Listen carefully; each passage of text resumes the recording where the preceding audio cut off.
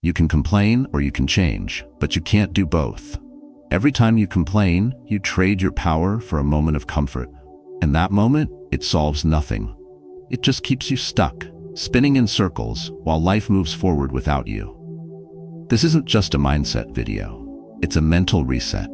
In the next 40 minutes, we're going deep into why complaining ruins your mindset, how it silently rewires your brain for negativity, and what to do when your inner voice starts pulling you down. You'll learn how to break the habit of complaining, how to train your mind to stay calm, and how to shift from complaining to taking control. No fluff, no lectures, just clarity, action, and results. This is the Stoic path to emotional control, a discipline built not on fantasy, but on hard truth. Nobody cares about your problems more than you do. That's not cold, it's empowering. So today, you stop playing victim, you stop blaming, and you start building, because you have work to do, and the world doesn't wait. If you're ready to stop the spiral, focus on yourself, and take full accountability, this video is your turning point. Tap like if this already speaks to you. Hit subscribe and turn on the bell, because this channel is built for people like you, those who choose discipline over distraction, purpose over pity. Now breathe. It starts now. 1. Complaining is not a strategy. It's emotional procrastination. You don't need another excuse. What you need is a mirror. And when you look into it, you need to stop lying to yourself. The truth? Complaining is not a strategy. It's emotional procrastination disguised as self-expression. It feels like you're doing something, but you're not. You're just stalling. Every time you rant about your job, your girlfriend, your boss, your bad luck, you're not solving anything. You're escaping. You're choosing the illusion of control over actual control. And deep down, you know it. Why does this matter? Because the longer you stay in the loop of complaining, the more powerless you become. You trade your ability to act for the temporary comfort of being a victim. And in that trade, you lose your discipline, your focus, your fire. The world doesn't reward noise, it rewards clarity, action, and results. Let's anchor this with a real-life example. Stephen Hawking was diagnosed with ALS at 21. Doctors gave him 2 years to live. He lost control over nearly every muscle in his body, couldn't walk, couldn't speak without a machine. But he didn't waste time asking, "Why me?" He didn't scream at the sky. Instead, he focused his entire mind on understanding the universe. While most people complain about slow Wi-Fi, he was redefining black holes.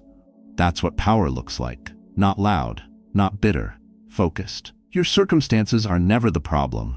Your reaction to your circumstances is. That's Stoic philosophy in action. As Epictetus put it, it's not what happens to you, but how you react to it that matters. Complaining is a reaction of weakness. It gives your pain a voice but strips you of your power. Every word you speak becomes a signal to your subconscious. And when your mouth constantly says, "This sucks," your mind stops looking for solutions. The science backs it up. Complaining repeatedly strengthens neural pathways in your brain associated with negativity. The more you do it, the better your brain becomes at detecting problems, not possibilities. You train yourself to focus on what's wrong, even when nothing is. Even when life gives you a break, you're already bracing for the next disaster. That's not realism. That's a self-imposed prison. Here's the shift. Stop ranting. Start reflecting. The next time something frustrates you, traffic, rejection, your own lack of progress, don't vent. Don't dump it on your partner or your friends. Ask yourself, what can I control right now? That one question will break the loop. That one shift will save you hours, even years of emotional waste. Start small. Replace the daily complaint with a daily check-in. Wake up and before you speak, ask, am I focusing on the problem or the next step?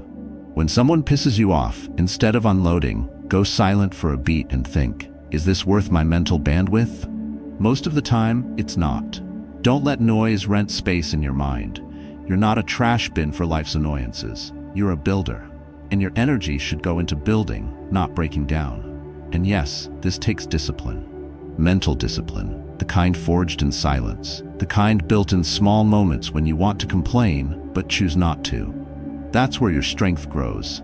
That's where your identity shifts. From a man who reacts to a man who responds. From someone who vents to someone who executes. Remember this. Complaining gives the illusion of movement, but it's just stillness in disguise. You stay in the same place, bitter, drained, stuck, while convincing yourself you're doing something useful. But results don't come from noise. They come from clarity. They come from action. They come from doing the hard, silent work while others whine about how unfair everything is. If you want to separate yourself from the average man, here's the simplest way to start. Never open your mouth to complain again. Replace every complaint with a question. Replace every rant with a response. Your life will shift faster than you can imagine. And when the urge comes, because it will, take a breath, shut your mouth, and get back to work. You don't owe your emotions the microphone. You owe your future, your focus. So the next time you're tempted to complain, stop. Ask, what would the man I want to become do right now? Then do that, in silence, with strength. 2 silent complaints are the most dangerous. When was the last time you caught yourself complaining? Not out loud, but inside your own mind. Here's a brutal truth most men ignore. Your loudest complaints are the ones no one hears. They don't come out through your mouth. They live inside your head. Whispered, constant, deadly. That's what makes them dangerous. You might look calm on the outside, go to work, hit the gym, hang out with friends, but inside, you're in a mental war zone, and the enemy is disguised as your own voice. You know the voice. This is unfair. Why do they have it easier? I'll never catch a break. It doesn't scream, it mutters, but it mutters all day. And what starts as passing thoughts becomes a fixed identity. You stop seeing opportunity. You stop taking risks. You stop believing you're in control. This is how the most capable men become mentally paralyzed. Not because the world beats them down, but because they believe the quiet lies they tell themselves. That's why this topic is more than important. It's urgent. Because if you don't take control of your inner dialogue, it takes control of you. And no level of external silence will ever fix internal noise. As the Stoics teach us, you have power over your mind, not outside events. Realize this and you will find strength. The battlefield is within. And if you're not actively commanding your inner world, you've already lost. Now let's get tactical. What exactly is a silent complaint? It's the story you repeat inside. Every time you compare your journey to someone else's, every time you replay past mistakes, every time you focus on your limits instead of your leverage. These aren't just thoughts. They're mental conditioning. And left unchecked, they program your self-image to shrink. Robin Sharma, author of The Monk Who Sold His Ferrari, lived this spiral. On the surface, he was winning, a successful litigation lawyer, respected, well-paid, but inside he was miserable, anxious, empty. The pressure, the perfectionism, the constant internal voice saying this isn't enough, it crushed him. He didn't collapse because the world failed him. He collapsed because his internal conversation was never questioned.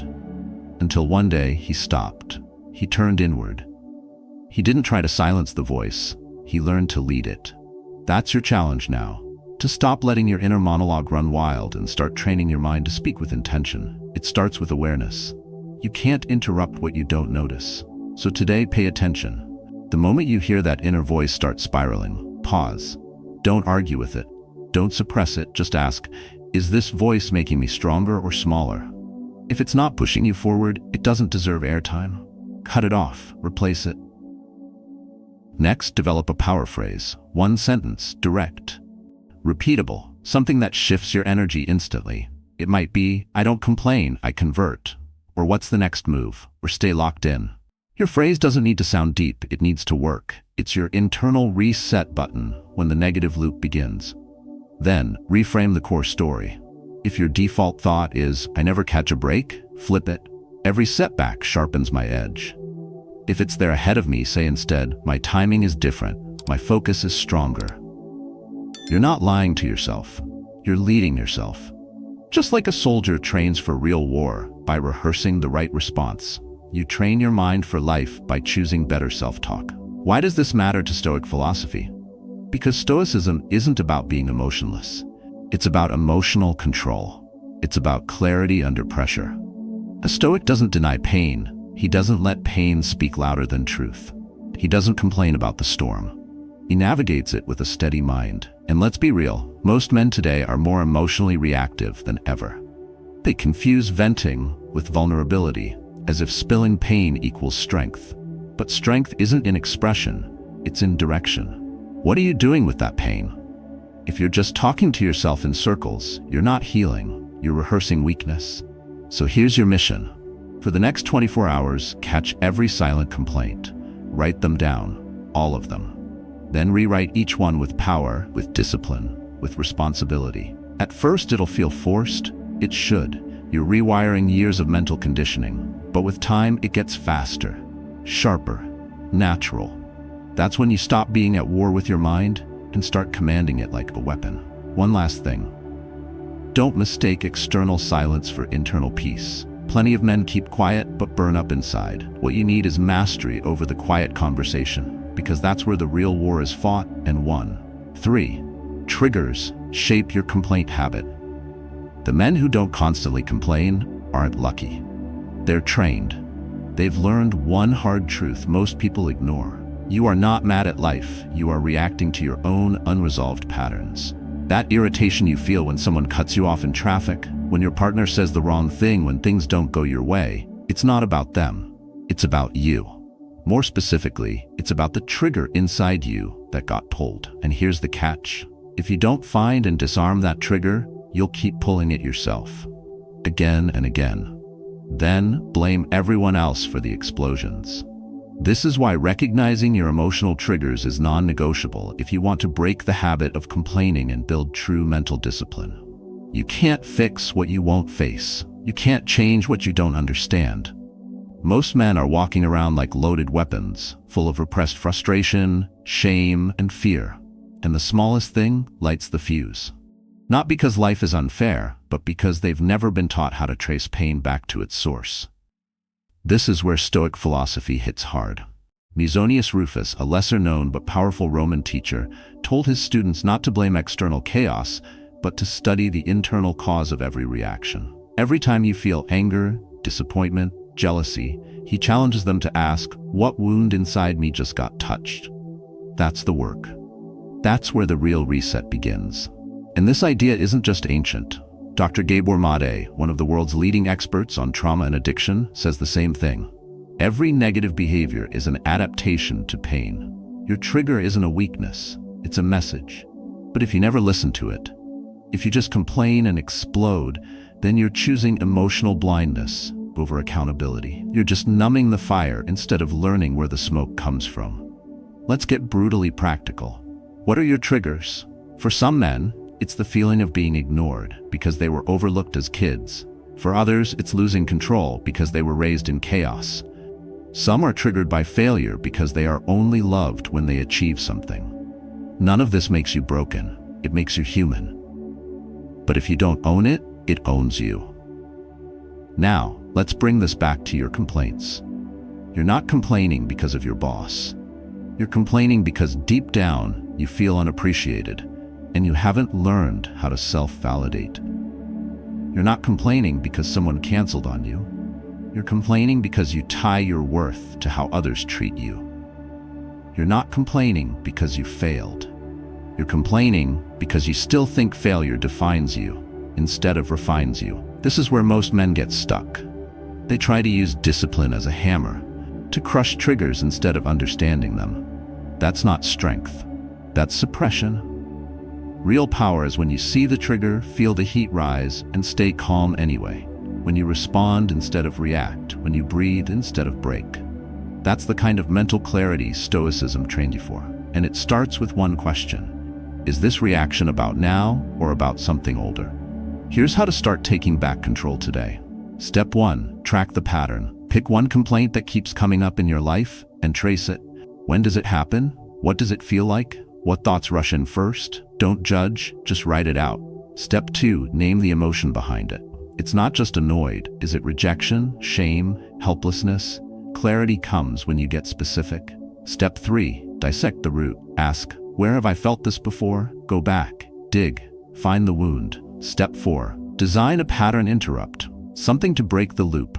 A phrase, a breath, a movement. Something simple that tells your brain, we don't spiral here anymore. That's the daily work. It's not sexy. It won't impress Instagram, but it will liberate you. And here's the thing. Once you start doing this, you'll see it everywhere.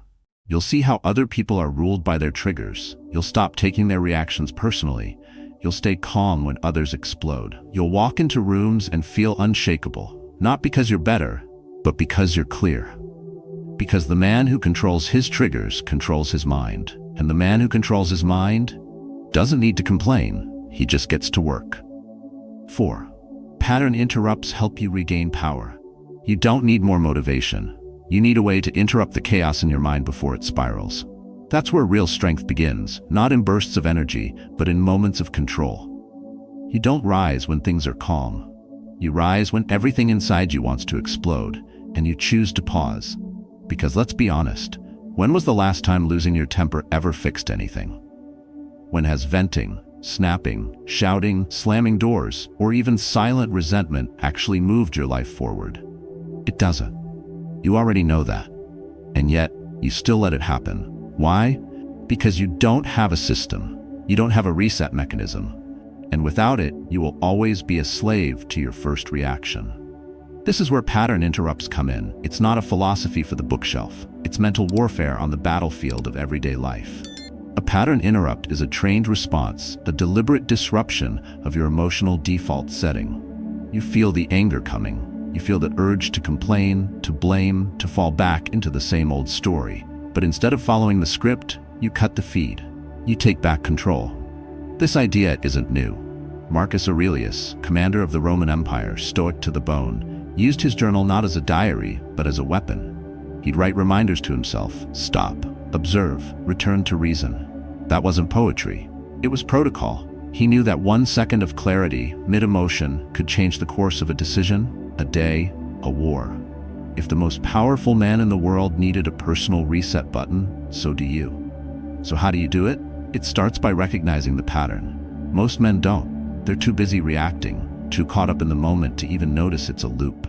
But once you see the loop, once you know the exact sequence that leads you from trigger to tantrum, you can begin to reprogram it. Say traffic jams make you snap. You know the pattern. Late day, long line, someone cuts you off, tension spikes, and next thing you know, your whole mood tanks. Or maybe it's a passive-aggressive comment from your partner. You shut down, you go cold. But deep inside, resentment builds. It happens the same way, every time. And every time, you let it run the script. That's what we interrupt. The first tool, a power phrase. Short, sharp, yours. It might be, pause, don't play the old game, or calm is my edge, or we don't go backward here. It doesn't matter what it is, as long as it hits you like a punch to the chest. You say it, you stop the spiral. You rewire the moment. Next, move your body. Physiology affects psychology. When the mental storm brews, change your state. Walk out of the room, stretch your fists, and splash cold water on your face. Break the tension with motion. This isn't self-help fluff. This is a neurological reset. You interrupt the chemical cocktail flooding your body and tell your nervous system, we're not doing this dance today. And then you breathe. Not for peace, for control. A controlled breath, 4 seconds in, 4 seconds hold, 4 seconds out, drops cortisol and boosts clarity. You want your mind back? Get your breath under control first. That's what separates men who destroy relationships in one moment and men who hold the line. Over time, these interrupts turn from effort into instinct. The brain builds new patterns. You train it like you train your body. Reps, resistance, recovery. This is what mental discipline looks like in real life. Not screaming affirmations in the mirror, not suppressing anger until it explodes. It's the quiet, deliberate habit of choosing response over reaction, again and again until it becomes who you are. And yes, it's hard, especially at first. You'll forget, you'll mess up, but if you care about who you're becoming, you'll get back on the mat. Because every time you interrupt that old loop, you break a piece of it. You weaken its grip, you show your mind who's in charge. Imagine if your worst moments didn't control your day. Imagine handling disrespect without being rattled. Imagine getting hit with rejection or delays or bad news and staying composed, focused, and effective.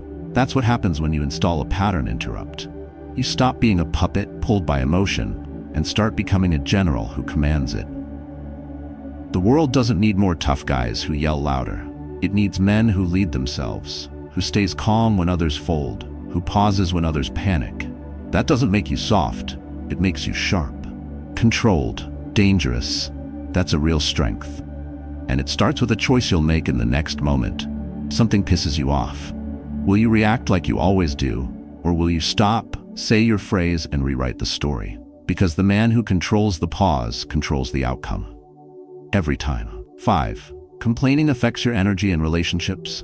Negativity spreads faster than logic. It doesn't need volume to be contagious, just presence. And in a world overloaded with reactivity, even one man's unresolved bitterness can poison an entire room. A sigh, a glare, a sarcastic line dropped at the wrong moment.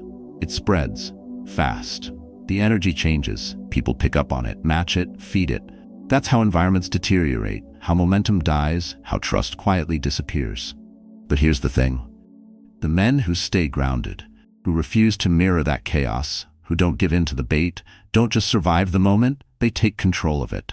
Their composure speaks louder than complaints ever could. They don't compete for noise, they set the tone. You can feel it when one of those men enters the space. He doesn't say much, he doesn't need to. Because grounded men carry a kind of stillness that cuts through drama.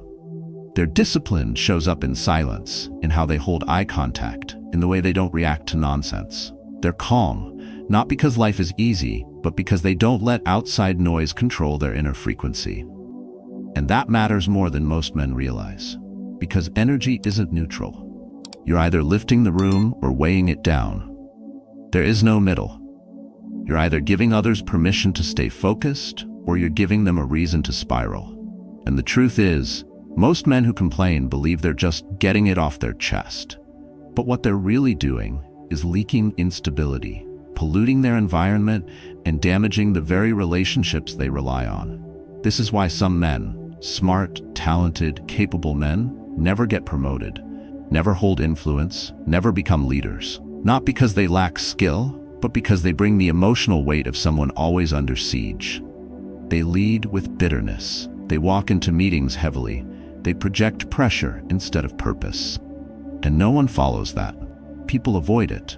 They nod politely, but they're already backing away.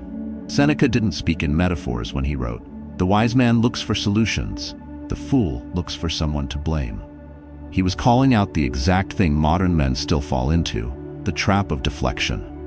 If you're constantly pointing at what's wrong, constantly shifting responsibility away from yourself, you're not strong, you're noisy, and noise doesn't build respect. Responsibility does. Let's bring it home. Picture yourself at work. You're in a room of guys and one of them always vents about the boss, the schedule, the clients. Maybe it's subtle, a scoff, a quick complaint, but over time, it builds. People stop inviting him into decisions. He's now the guy they have to deal with, not the guy they rely on. Why? Because he's shown everyone that his emotions lead him, not the mission, not the solution, not the team. Or picture your home. You walk in after a long day. You're tired. Your fuse is short. You're not yelling, but you're radiating stress. Your tone is short. Your face is tense, and your presence is heavy. You think you're hiding it. You're not. That energy reaches everyone. Your partner, your kids, they feel it. And slowly the warmth fades. Connection breaks. And still you think, I didn't say anything wrong. But you didn't need to. Your energy spoke for you. Now flip the script. Imagine being the man who doesn't bring weight, but brings clarity. Imagine being the one who walks into the room and instantly grounds it, who keeps his voice steady under pressure, who listens first, who doesn't flinch when others spiral. That's not a weakness. That's trained control. That's a man people trust without even understanding why. Because in a storm, people don't look for noise, they look for anchor. How do you get there? One word: gratitude. Not wishful thinking, not forced smiles, but tactical, disciplined gratitude. The kind that rewires your brain to focus on opportunity instead of offense. Every morning, track 3 specific things that are working. They can be small. I showed up on time, I didn't snap when I wanted to, I kept my promise. This isn't just mindset training, it's mental armor. It guards your attention from drifting into complaint mode. Over time, this practice changes what your brain filters for. You start seeing the path forward instead of the roadblocks. You notice people's efforts, not just their flaws. And more importantly, you become the kind of man who others want around, not out of obligation, but out of instinct. So ask yourself this: what's the energy you carry? Do people feel more focused after talking to you or more drained? Are you the weight or the anchor? Because whether you realize it or not, your presence has a price. Someone is either paying for your negativity or benefiting from your strength. You get to decide which one it is. Every single day. 6. Focus on purposeful goals, not empty achievements. A man with a hollow goal is a man one setback away from quitting. That's why so many guys start with fire and end in frustration. They want to make more money, get in shape, and build something great, but they can't tell you why. So the moment it gets hard, boring, or slow, they fold. They fall back. And when they do, they start complaining about time, about pressure, about life not giving them a break. But the problem isn't the effort. The problem is there's no meaning behind it. A goal without meaning is like a compass without a needle. You move, but you're lost. You grind, but there's no fuel. And eventually, your willpower runs out. Because willpower is not designed to replace purpose. Purpose sustains you when nothing else does. It gives weight to your actions, structure to your chaos, and direction to your pain. This is where Simon Sinek's work cuts deep. In Start With Why, he explains that people don't burn out because they're doing too much. They burn out because they've lost sight of what it's for. You're not tired because you work hard. You're tired because you're working without a vision. No clarity, no direction, just motion. You hustle all day, but when the results don't show fast enough, you fall back into complaints, blaming the economy, your childhood, the algorithm. Everything but the fact that you don't know where the hell you're going. This is why Epictetus said, if you don't know where you're going, every wind is against you. If your life has no why, then everything feels like resistance. And worse, you can't even tell if you're making progress. So every inconvenience feels like a failure. Every delay feels like proof you're not good enough. That's how the complaining starts. That's how it spreads. But when you do have a clear, meaningful goal, it changes everything. You don't just wake up, you rise. You move with intention. Obstacles don't rattle you, they refine you. And instead of whining when life punches you in the mouth, you adjust. Because now, you're not just working hard, you're working towards something. Let's bring this to ground level. Ask yourself right now, what's your current goal? Is it vague? Is it borrowed from someone else? Is it based on ego or fear or guilt? Then it's not real. It's not strong enough to hold you. And that means when pressure shows up, and it always does, you'll collapse. You need to define your goal by purpose, not just metrics. Not, I want a six-pack. Why? Because I want to respect my body like I respect my word. Not, I want more money. Why? Because I want to create freedom for my future family. Not, I want to build a business. Why? Because I want to live on my terms and teach others how to do the same. When your why is honest, specific, and connected to your values, something shifts. Complaining doesn't feel like a release anymore. It feels like betrayal.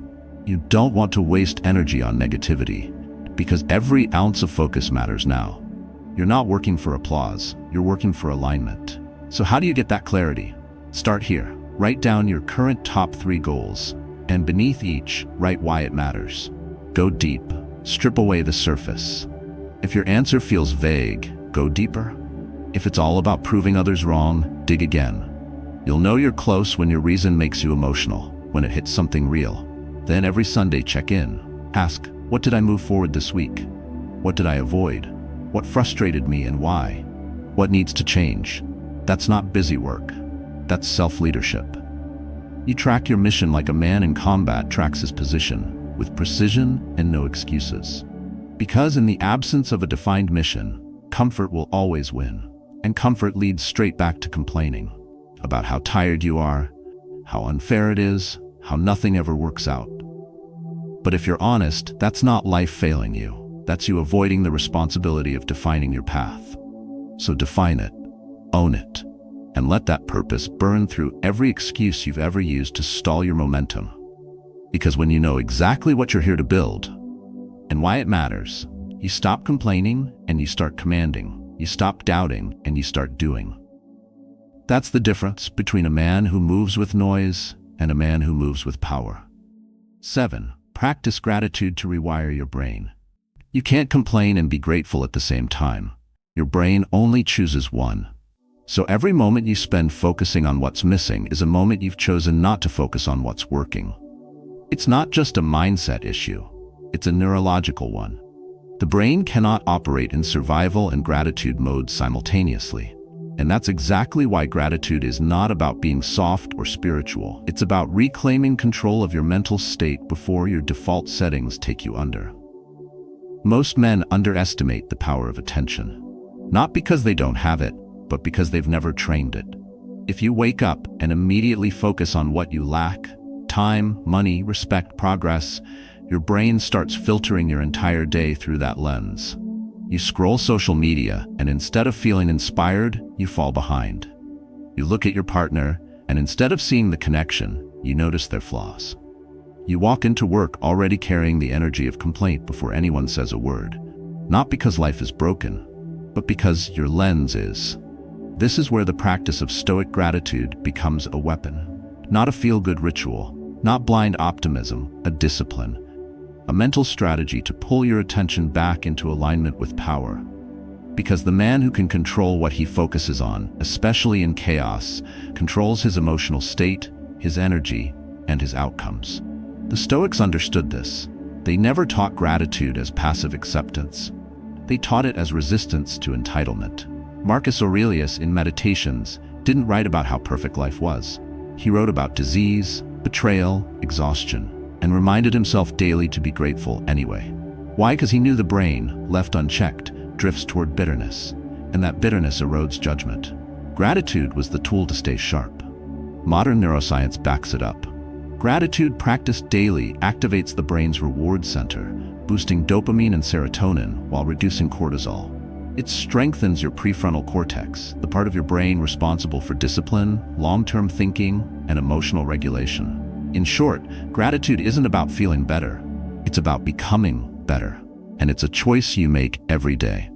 Especially when things suck. Especially when you're tired. Especially when the results haven't arrived. That's when most men slip. And that's where you double down. Because when your environment gives you every reason to spiral and you choose stillness instead, you've just proven who's in charge. Here's how to make it practical.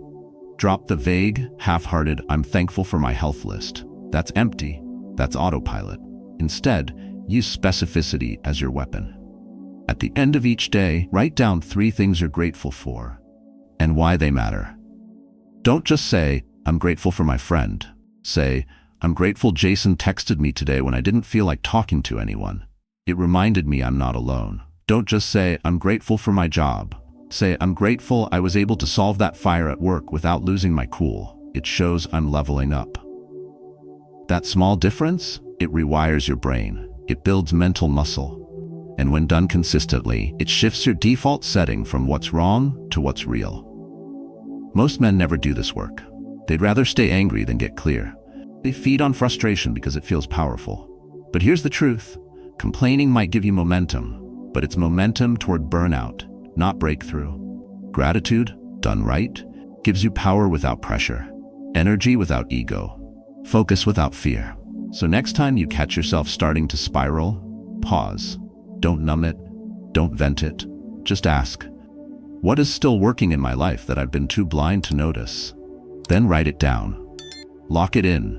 Use it as ammunition against the negativity your brain wants to lean on. Because the most dangerous thing about complaining isn't that it drains your energy, it's that it trains your brain to make negativity feel normal.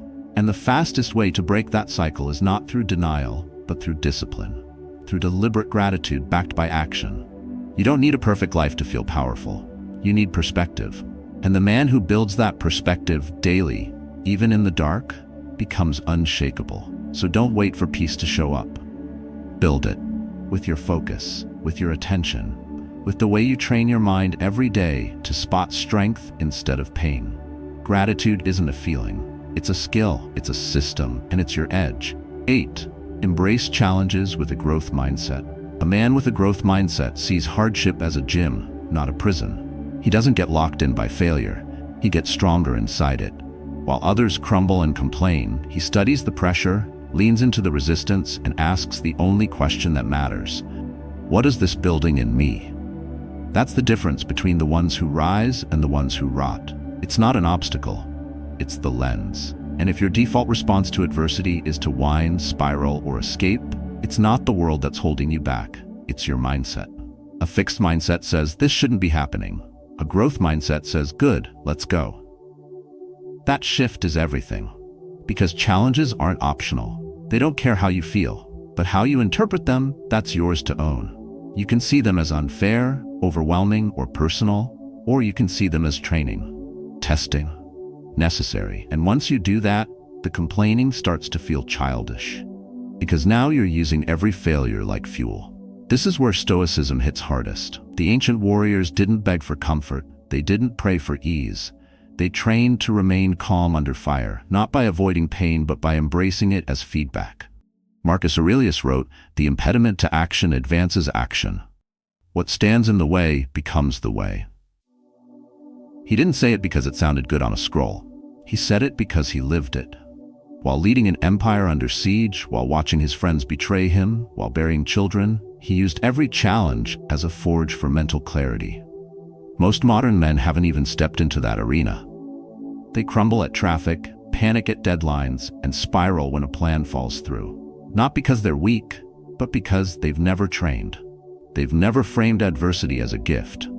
And that mindset, the "this shouldn't be happening to me" mindset, is what keeps them stuck in the cycle of complaining, blaming, and quitting. But here's what the growth-minded man does differently. He doesn't expect ease. He expects adaptation. When plans fall apart, he doesn't lose his fire. He sharpens it. He studies the pattern, extracts the lesson, and adjusts his method. Every failure becomes data. Every delay becomes a rep. Every punch becomes part of the program. Let's get tactical. When something hits you, a rejection, a breakdown, a mistake, pause. Don't vent. Don't run. Ask 3 questions. What is this trying to teach me? What's still in my control? How can I move forward even by 1 inch? That's your framework. Reframe, respond, reflect. It keeps you in motion without letting your emotions lead the mission. Real men don't avoid challenges. They seek it. Not because they're masochists, but because they know growth never shows up in comfort. If you're not being stretched, you're not being shaped. Think of any man you admire, in business, in life, in history, and you'll find this pattern. Difficulty introduced, mindset tested, strength revealed. There is no shortcut. Look at Jocko Willink, Navy SEAL commander, discipline freak, unshakable under fire. The man doesn't flinch. Why? Because he doesn't label obstacles as setbacks. He labels them as opportunities to lead. His favorite word is good. Why? Missed your flight? Good. More time to think. Lost a client? Good. Time to improve your offer. Relationship ended? Good. Time to get stronger. That's not a delusion, that's a mental discipline at war with victimhood. Do you want to stop complaining? Then stop expecting life to make sense before you move. Get clear on this. It's supposed to be hard. The pressure is part of the process. The challenge isn't a punishment, it's your invitation to evolve. And the moment you see that clearly, the need to complain disappears. Because now you're not asking, why me? You're asking, what's next? So the next time life punches you, don't flinch, don't rant, don't retreat. Do what warriors do. Get still, get clear, and keep moving. With calm, with purpose, with fire. Because you weren't built for safety.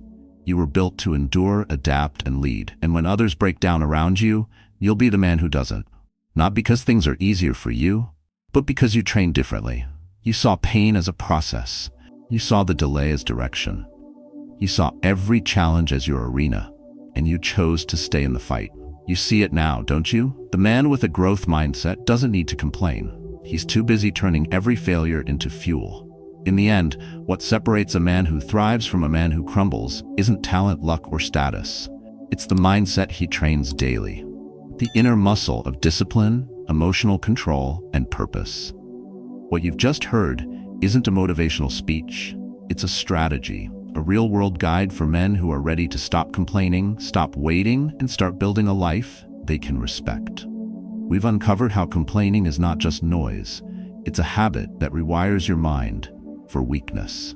We expose the silent loops of internal negativity, the triggers that hijack your behavior, and how untrained reactions shape your reality. You've seen how pattern interruptions can break emotional spirals, how gratitude can reframe pain into progress, and how meaningful goals give your discipline a direction. And most importantly, you now understand that growth doesn't come from comfort. It comes from deliberate, daily confrontation with challenge. The Stoics weren't just philosophers, they were tacticians of the human mind. They didn't theorize about strength, they lived it. Now it's your turn. Start today. Choose one habit, one complaint, one trigger, one moment of frustration, and use it as training. Practice the pause. Speak your power phrase, write your gratitude, reclaim your direction. These aren't abstract ideas, they're actions, and they will rewire how you see the world and how the world responds to you. If this message spoke to you, I encourage you to share your story in the comments. Tell us where you've been, what you've struggled with, and what you're choosing to change. You never know who you'll inspire by simply being honest. Every day you delay this work, you reinforce what's holding you back. But every day you practice, even a little, you prove you are not your excuses.